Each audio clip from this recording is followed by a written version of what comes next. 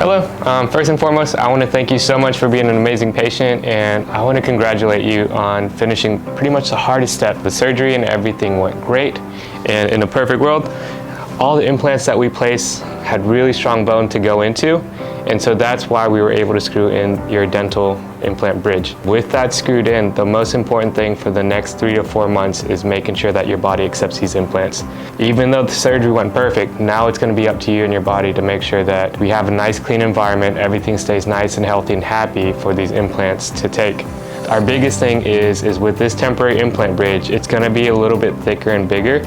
And the reason for that is we got to make sure that these implants stay strong, especially if we're using them to eat and chew all of our soft diets. And then another different thing with this type of temporary implant prototype is that there's going to be a good bit of a spacing in between where the implant bridge is meeting your gum. And the reason for that is I want to make sure that you're able to clean all these implant parts underneath, because if plaque and bacteria build up there, our chance of infection and our body not accepting the implant is a lot higher. So we really got to keep it clean.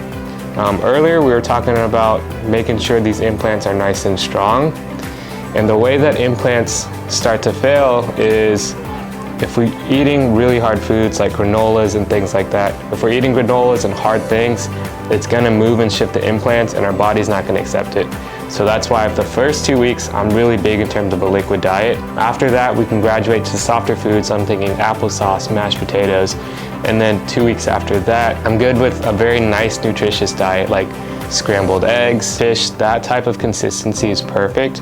But if we're getting into fried chickens and really harder things like that, it may kind of cause some complications. And I'm a big fan in terms of doing everything right the first time. So if the surgery went great, let's stay on top of everything. I know you can do it.